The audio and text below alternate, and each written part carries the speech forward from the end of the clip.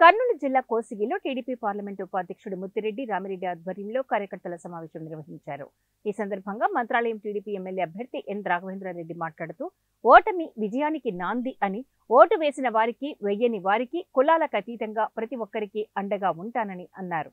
మంత్రాలయం నియోజకవర్గంలో తాను గెలవలేకపోయినా తన పార్టీ అధినేత నారా చంద్రబాబు నాయుడు ఆశీస్సులతో మంత్రాలయం నియోజకవర్గాన్ని అభివృద్ధి చేసి చూపిస్తానని అన్నారు. కార్యక్రమంలో కోసిగి మండలంలోని అన్ని గ్రామాల నాయకులు, కార్యకర్తలు అధిక సంఖ్యలో పాల్గొన్నారు. ఓటమితోనే మనం గెలుపు మొదలవుతుంది. మనం ఓడిపోయేవని మీరు బాధపడకండి. తప్పకుండా మీ అందరికీ అండగా ఉంటా. ఇంకా 10 సార్లు అయినా పోటీ చేసి మిమ్మల్ని కాపాడుకునే బాధ్యత కూడా మాకు తీసుకుంటున్నాం. మనం అధికారంలోకి వచ్చాం కాబట్టి మనము అభివృద్ధి చేసి మనమేంటో అనేది చూపిద్దాం. 15 ఏళ్ళు లేని అభివృద్ధిని మనం ఇన్ఛార్జిగా ఉండి 5 ఏళ్ళ చేసి చూపిస్తేనే నెక్స్ట్ టికెట్ అడుగుతాం. టికెట్ కూడా అడగమని కూడా ఈ సభాముఖంగా తెలియజేసుకుంటున్నా. కొంతమంది నాయకులు దుష్ప్రచారాలు, బోయోళ్ళకి అధికారం వస్తే ఎక్కడ దౌర్జన్యం జరుగుతుంది, ఎక్కడ మళ్ళా ఏమో చేస్తారని కానీ కొన్ని ప్రలోభాలు చేశారు. కానీ బోయవాడు నమ్మితే ప్రాణం ఇస్తాడు తప్ప ఎవరికి ఏ అన్యాయం చేయలేదు. మా బోయవాళ్ళు ఎందుకు మా పైన దుష్ప్రచారాలు చేసి ఎక్కడో ఎస్సీలు కానీ మైనార్టీలు కానీ కొంతమందికి బోయవాళ్ళు అధికారంలోకి వస్తే మిమ్మల్ని అణిచివేస్తారని చెప్పారు. అయ్యా, బోయవాళ్ళు ఎప్పుడూ అణిచివేయరు, సహాయం చేస్తారు. తప్పకుండా మీరు మాకు ఓటు వేసినా పర్వాలేదు, కానీ మేము మీకు సహాయం చేస్తారని కూడా నేను సభాముఖంగా తెలియజేసుకుంటున్నా. చాలా మంది నరకం అనుభవించినారు. అలాంటి టైంలో కూడా మనలో క్షణం మార్పు లేదంటే చాలా విచిత్రం అనిపిస్తుంది నాకైతే.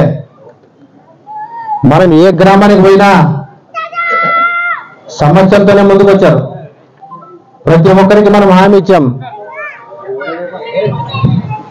అయినప్పటికీ కూడా కౌతాడ మండలంలో ప్రతి ఇంటికి తిరిగా.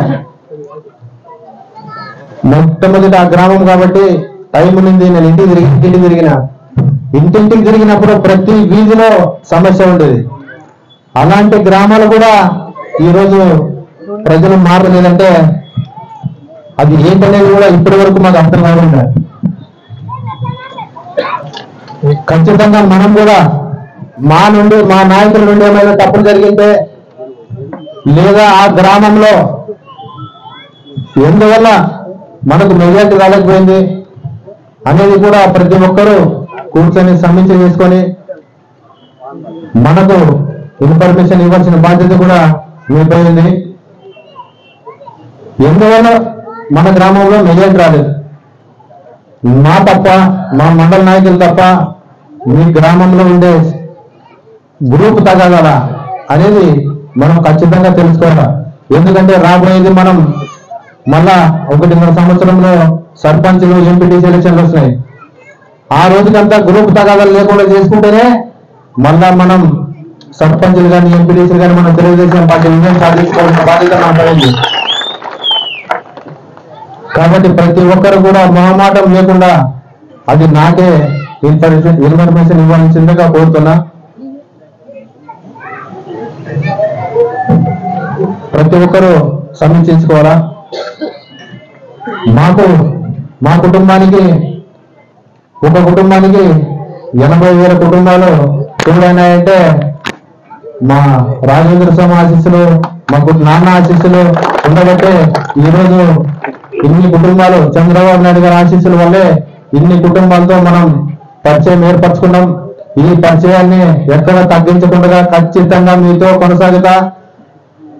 ఏమైనా చంద్రబాబు నాయుడు గారు ఆశీస్సులతో ఈ నియోజకవర్గాన్ని ఖచ్చితంగా మనం అభివృద్ధితో తీసుకొద్దాం. ఏ గ్రామంలో సమస్యలున్నా మీరు గుర్తించండి. ప్రతి సమస్యను కూడా మనం పార్టీ నాయకత్వం దృష్టికి తీసుకెళ్లి